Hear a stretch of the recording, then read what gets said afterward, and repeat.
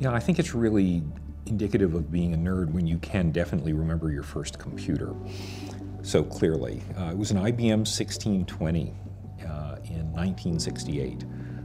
Yes, long ago. My first experience with the internet actually predates the internet. When I became a graduate student at MIT, I was working in a research group which had developed a significant operating system called Multics, and people there were developing protocols for use in what became the internet. And we had an ARPANET connection at MIT, so that was my first exposure to the ARPANET before the internet came along. I think there are three things that I've done over the last several decades that have brought me here. I am the principal author of what are called the IPsec standards, which are implemented in every major operating system and form the basis for certain types of internet security for end users today and for enterprise customers. Something that I did that never really made it, but I think laid an important foundation, was the development of the first standard for email security, something called PEM, for Privacy Enhanced Mail, that I developed in a research group, is what we would call it today, and that transitioned over to a working group later. It was never very widely deployed, and even today we don't have a lot of secure email deployment for various reasons. It's not something that users consider important enough to go to the trouble of making happen. It does get used in some enterprise environments, in government environments, but I'm very proud of the work that we did there, and it laid the foundation for current standards for that. And then the work that I'm doing now has taken quite a long time to come to some level of fruition. Instead of focusing on end-user security, I've been focusing on the development of infrastructure security, specifically improving the security of routing in the global internet, which has been very fragile. We've had examples like the Pakistan Telecom versus YouTube incident a few years ago, and others on a regular basis. And the original work that I and some of my colleagues did on that as a research project dates back about 13 years now.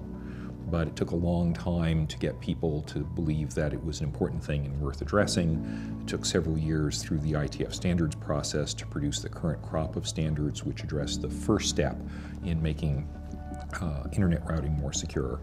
And it took several years of me traveling to regional internet registry meetings around the world to get folks to sign up to say they would devote their resources to putting this into place and to convince router vendors. So that's a fairly long haul.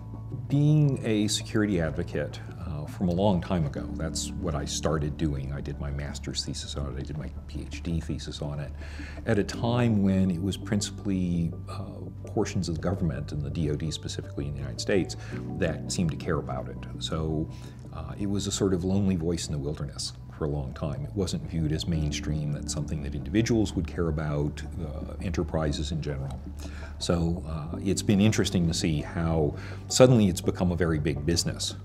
But for a long time, it was an uphill battle, and it still is an uphill battle with many of the things that we're trying to do. The routing security stuff that I'm working on today, not everybody sees it as important. Not every internet service provider, every operator thinks it's an important thing to do. So the challenges I see to a large extent are trying to convince people that this really is good for you and it's not going to be as bad as you think, and give it a shot.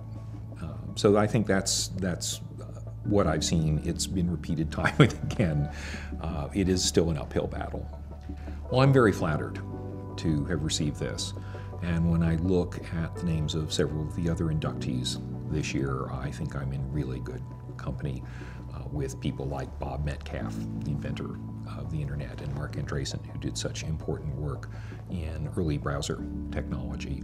And then, of course, the whole list of people who were the first set of inductees last year. People like Vint Cerf and Bob Kahn, John Postel posthumously, are all people that I've known for a very long time, and I feel very privileged to be in that company.